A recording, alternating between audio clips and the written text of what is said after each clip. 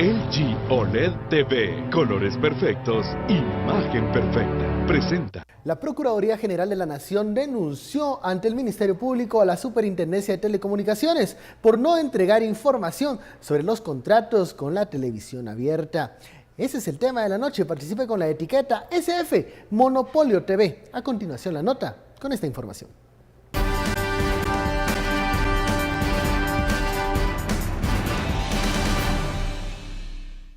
La Procuraduría General de la Nación presentó ante el Ministerio Público una denuncia penal en contra de la Superintendencia de Telecomunicaciones.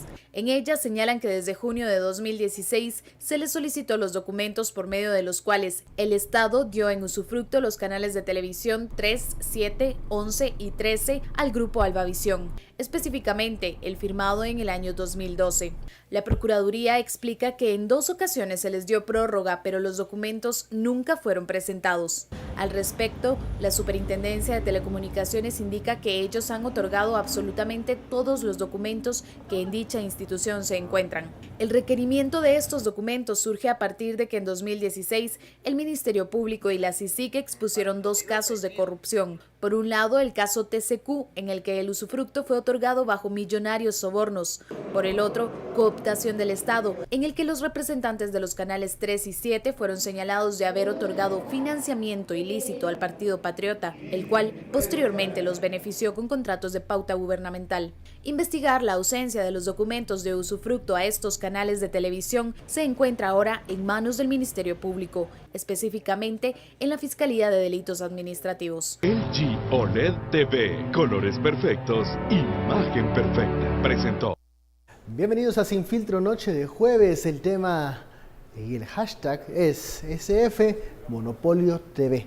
Luego de que se diera a conocer que la Procuraduría General de la Nación denunció a la CIT por no entregar la información de los contratos de usufructo para la televisión abierta. Un tema que genera debate, sobre todo para cuando se habla del papel de los canales de la televisión abierta en el sistema político, luego de que conocimos interioridades del caso cooptación del Estado.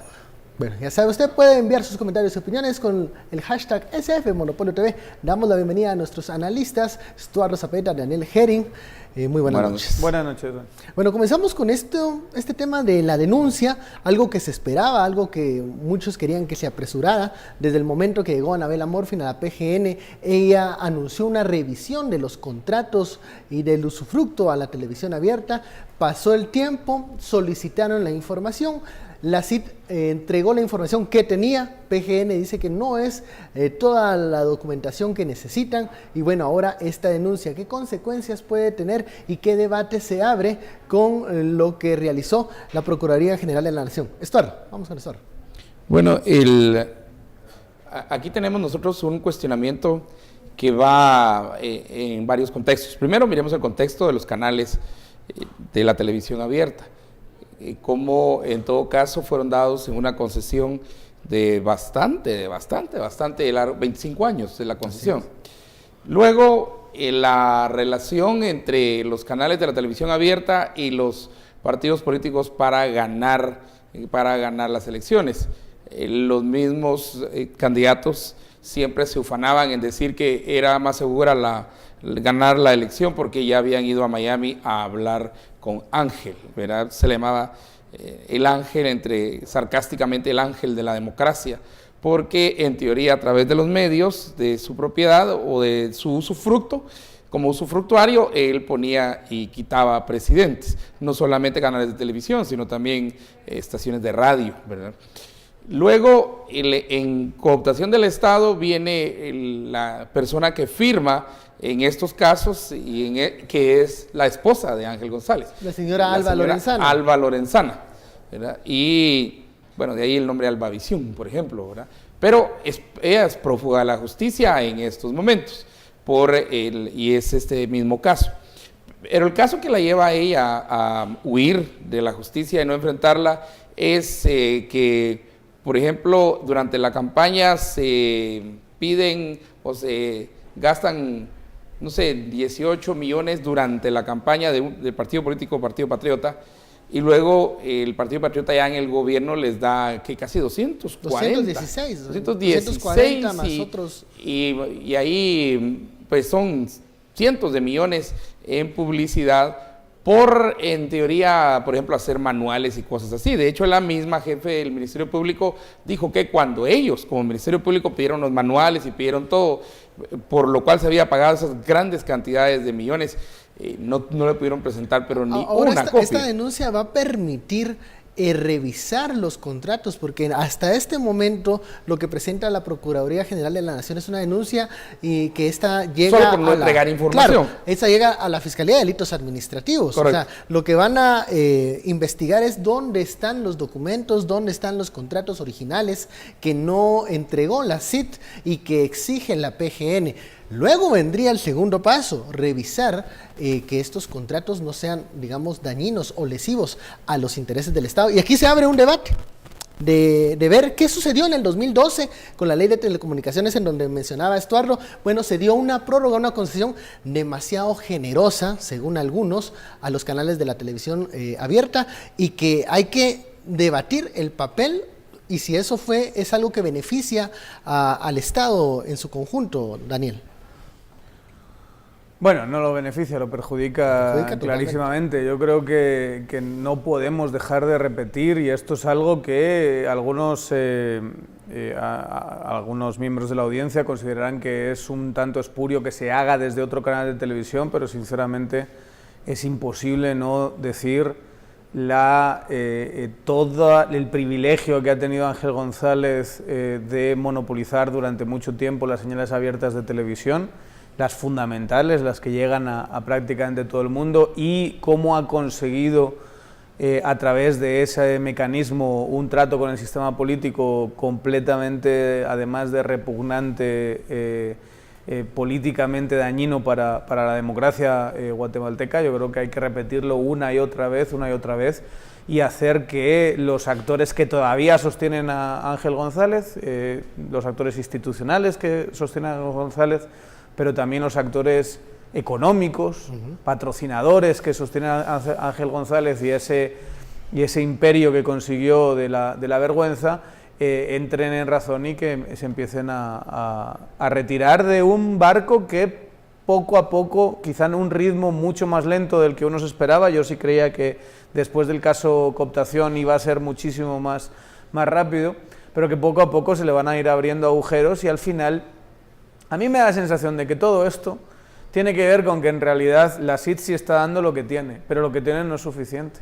Y lo que tiene no es completo y no realmente no está completo, y como se hacían las cosas así, no hay nada más. Y como no hay nada más, al final del día van a tener que entrar a valorar lo que se tiene. Y lo que se tiene es espurio en última instancia. Bueno, la CIT nace en el 97. La CIT nace en tiempos de Arzú, precisamente, ¿verdad? En el 97, y hacen aquella división, por ejemplo, de territorios, ¿verdad? Y no solamente las frecuencias de televisión abierta, sino también, sobre todo, las frecuencias radiales. Empiezan una separación en la cual, por ejemplo, solo se puede transmitir en 2 departamentos, y entonces la misma frecuencia no puede transmitir, por ejemplo, hasta Shela, allá, aunque es una frecuencia, hay una frecuencia diferenciada porque hay un rango, ¿verdad? Y otra para el oriente, y así. Entonces se va haciendo, y lo que hicieron fue casi que la misma frecuencia multiplicarla por diferentes rangos, y por eso es que hay, entonces ahí aprovecharon, por ejemplo, radios también, y porque la televisión abierta es un caso, pero el otro caso interesante de Ángel González es todas las radios que empezó a hacer y a encadenar, y eso fue cuando se dio la repartición de territorios a través de frecuencias, y las frecuencias a través de usufructos. Y el rector en este caso es la CIT, la Superintendencia de Comunicaciones. Digamos, cuando estaban los canales, estos concesiones de canales de televisión, sí se dieron antes de la creación de la CIT. Estos se dieron en tiempos de Ramiro de León Carpio. Así es. Y de hecho, la actual licenciada Morfín, que está como procuradora general, la actual procuradora general, estaba en el gobierno de de Ramiro de León Carpio. Creo que ella era la ministra de Trabajo o algo así. En ese entonces. Y esas frecuencias, esas concesiones de bandas para televisión y para radio, ella sí ha de saber porque se dio en Consejo de Ministros. Como antes no había superintendencia de administración, digamos superintendencia de telecomunicaciones, entonces se daban en términos de concesión de ministros. Y ella estaba participando habrá que ver si ella estaba todavía en gobierno o no estaba en gobierno cuando se dieron esas concesiones, pero si estaba, ella habrá de saber qué pasó con eso. Pero ella sí es anterior a la formación de la CIT, que es en el 97, en tiempos de Arzú. Lo que llama mucho la atención es que yo me recuerdo al inicio de la administración del Partido Patriota, uno de los, digamos, de los feudos, de los botines que se repartieron los integrantes del PP, entre ellos estaba la CIT, y la CIT quedó en manos de los grupos cercanos a Roxana Valdetti. Correcto. Que eran, digamos, opuestos al grupo que manejaba el entonces ministro de Comunicaciones, Alejandro Sinibaldi.